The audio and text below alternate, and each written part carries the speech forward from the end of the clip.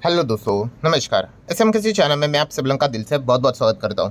दोस्तों, इस वीडियो में बात होने वाली केवल एक ही शेयर के बारे में जिसको कोई इंट्रोडक्शन की जरूरत नहीं है, वो है इरेडा। यस, इरेडा की अगर हम लोग बात करेंगे, काफ़ी पॉपुलर कंपनी है अमॉन्ग द रिटेल इन्वेस्टर, इतना तो हम यहाँ पे कह सकते हैं। रिसेंटली इसका हम लोग को आईपीओ आते हुए देखने को मिला था।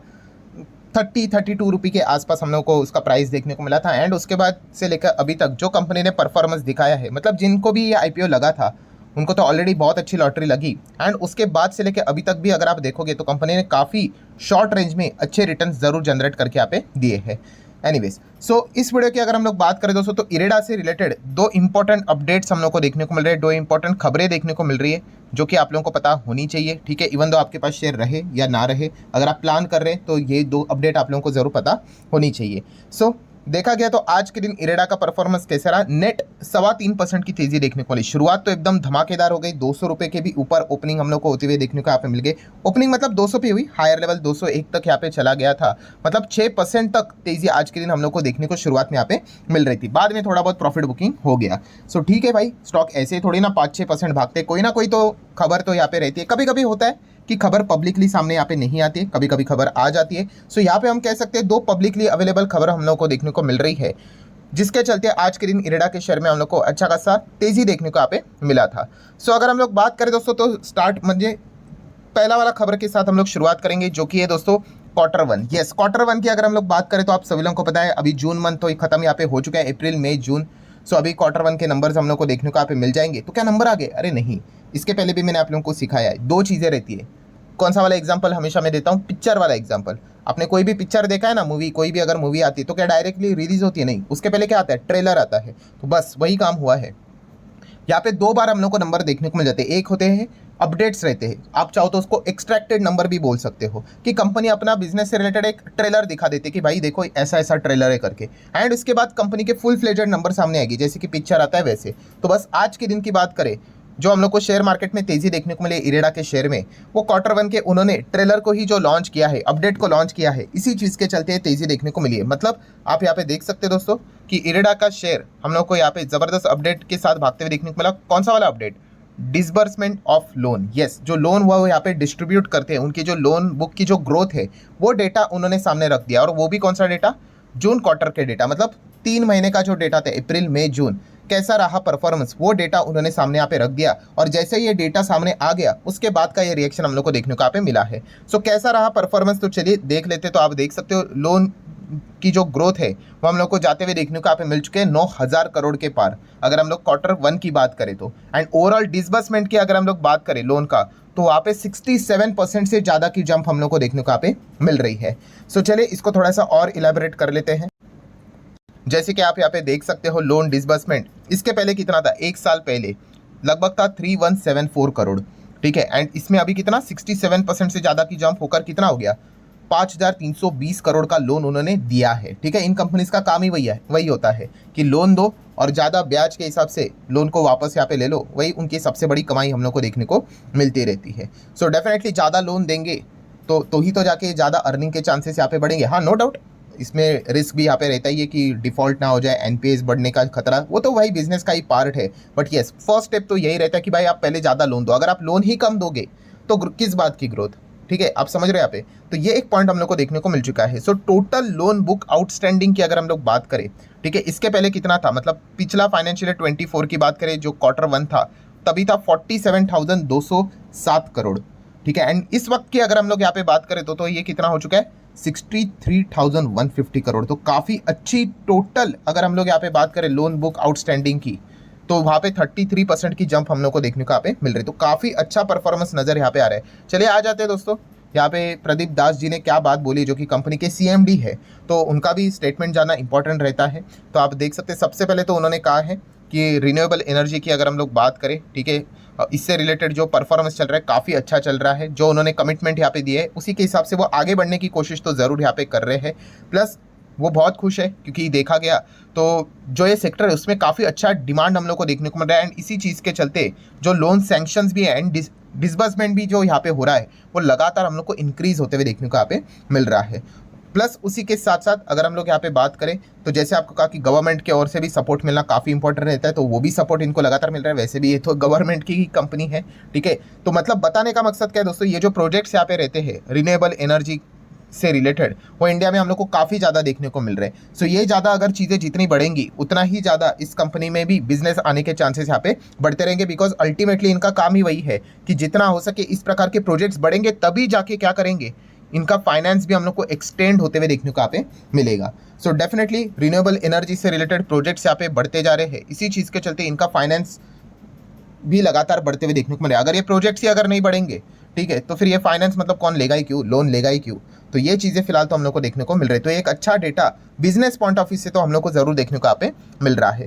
देन दोस्तों जैसे वीडियो की शुरुआत में कहा था, दो इंपॉर्टेंट अपडेट देखने को मिला। पहला वाला अपडेट तो हो गया जो कि था Q1 का अपडेट वाला डेटा जो आपके सामने यहाँ पे रख दिया, ठीक है। अभी आ जाते हैं सेकंड इंपॉर्टेंट खबर के ऊपर जो कि है FPO से रिलेटेड। अब ये FPO का अर्थ क्या होता है तो अर्थ भी बता दूंगा, प्लस उसी के साथ साथ इसका डेफिनेशन भी बता दूंगा। पहला तो फुल फॉर्म जान लीजिए, FPO बोले तो फॉलो ऑन पब्लिक ऑफर। ये IPO जैसे ही सुना है शब्द लगता है ना, मैं खास करके बिगनर के लिए इस प्रकार से कवर करवा रहा हूँ, ठीक है। यस, तो IPO मतलब क्या होता है दोस्तों, IPO मतलब आप फर्स्ट टाइम पब्लिक से पैसा उठा रहे हो, ठीक है। और एक बार आपने पब्लिक से पैसा उठा लिया तो फिर आपकी कंपनी क्या हो गई, शेयर बाजार में लिस्ट हुई कि नहीं, बस उसके बाद आप वापस पब्लिक से पैसा उठा सकते हो, बट उसका नाम बदल जाएगा, उसको बोलते हैं FPO। इतना सिंपल है, अगर आप चाहो तो डेफिनेशन को भी पढ़ सकते हो, ठीक है। क्या लिखा है, FPO का अर्थ ये है, is a process through which a company already listed on the stock exchange. Already ये शब्द काफी इंपॉर्टेंट है, ठीक है। Already listed on stock exchange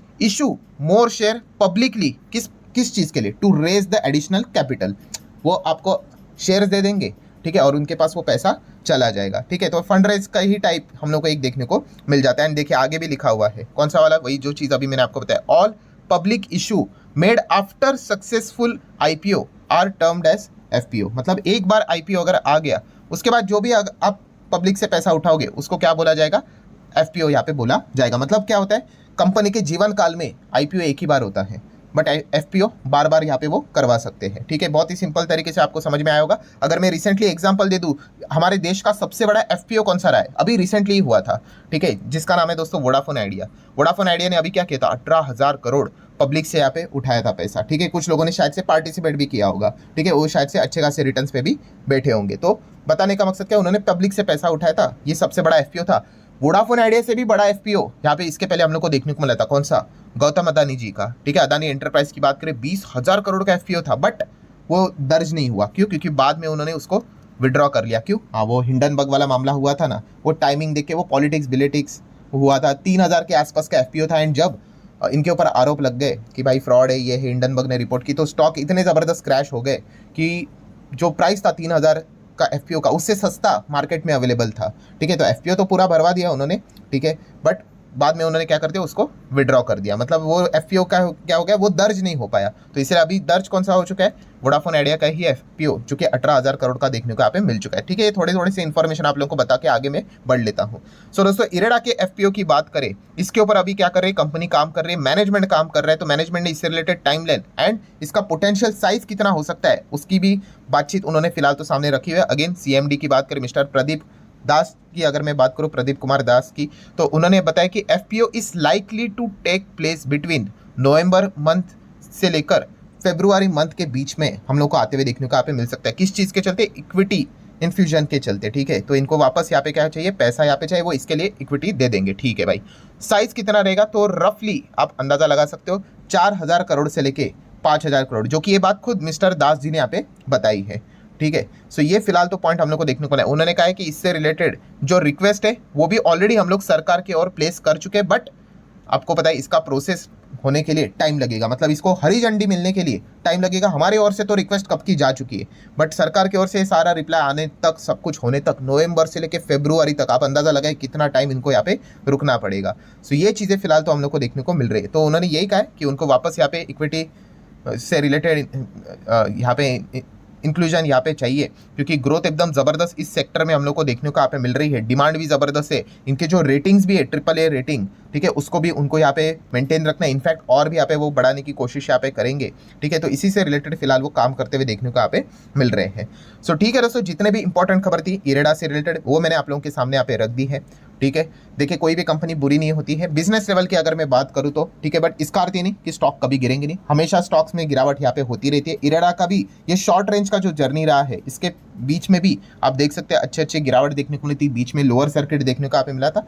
ये सारी चीज़ें चलती रहती है, अगेन वो चीज़ें रिपीट होती रहेगी जो मैं रोज़ बोलते रहता हूँ। कौन सा? ऑब्वियसली बिजनेस की समझ अगर आप में है तो हमेशा बाजार में आप टिके रहोगे। प्राइस देखकर जाओगे तो काफ़ी मुश्किल रहेगा, जब तक बाजार चंगा चल रहा है तब तक आप यहाँ पे टिके रहोगे। जब बाजार आपका एक्चुअल में टेस्ट लेगा, एग्जाम लेगा, तो वो बर्दाश्त करना काफ़ी मुश्किल फिर हो जाता है। ठीक है, बाकी अगर चीज़ों को क्या ही कवर करे, आपको पता ही है ऑलरेडी 50,000 करोड़ का मार्केट कैप वाली कंपनी है। हाँ, इसमें अगर देखा गया तो इंस्टीट्यूशंस की ओर से हम लोग को होल्डिंग कम होते हुए देखने को यहाँ पे मिल चुकी है। ठीक है, एंड पब्लिक की होल्डिंग हम लोग को बढ़ते हुए देखने को यहाँ पे मिल रही है। प्रमोटर तो अपना 75% वाला जो होल्डिंग है उसके ऊपर बरकरार रखने को यहाँ पे मिल रहा है। अभी अभी आईपीओ आया था तो वापस थोड़ी ना यहाँ पे आएगा। ठीक है, एंड जाते आते अगर हम लोग बात करें तो हर एक चीज़ का एडवांटेज एंड डिसएडवांटेज होता है। एडवांटेज क्या है? इनके बिजनेस लेवल के एडवांटेज की बात करते हैं। यस, ये फ्यूचर ओरिएंटेड बिजनेस से रिलेटेड काम करते हैं, मतलब वहाँ पे जबरदस्त ग्रोथ है, एक्सपोनेंशियल ग्रोथ है। ठीक है, वो एक जबरदस्त एडवांटेज देखने को मिल जाता है। डिसएडवांटेज और वी कैन से रिस्क क्या है इनके बिजनेस में, कि इन जो जिस बिजनेस में काम करते हैं वहाँ पे जबरदस्त ग्रोथ है एंड वहाँ पे एंट्री बैरियर नहीं है, मतलब आने के लिए कोई भी आ सकता है। मतलब इरेडा के एक अगेंस्ट कॉम्पिटिटर अगर किसी को खड़ा रहना है तो इजीली रह सकता है। इनफैक्ट सरकारी कंपनियां स्टार्ट हो चुकी है, कितने सारे बैंक स्टार्ट हो चुके हैं जो कि यहाँ पे रिन्यूएबल एनर्जी के जो प्रोजेक्ट्स है उनको फाइनेंस करना उन्होंने स्टार्ट कर दिया है। ठीक है, तो डेफिनेटली ऐसा नहीं है कि इनके बिजनेस को टक्कर देना मतलब मुश्किल है करके, मोनोपोली टाइप का है करके, नहीं, आराम से यहाँ पे कंपटीशन हम लोग को बढ़ते हुए देखने को मिल सकता है। तो ये एक चीज़ भी नज़र फिलहाल तो सामने आ रही है, ऊपर से सरकारी कंपनी है। ठीक है, तो ये एक मुद्दा भी आप लोगों को हमेशा दिमाग में सेट करके यहाँ पे रखना है। सो आशा करता हूं दोस्तों पूरा जो खबर था, सारी जो चीज़ें थी, पॉइंट्स थे, वो यहाँ पे मैंने कवर कर ली है। वीडियो हेल्पफुल लगा होगा तो चाहो तो आप लाइक एंड शेयर कर सकते हो। मिलते हैं नेक्स्ट वीडियो में, तब तक के लिए बाय बाय।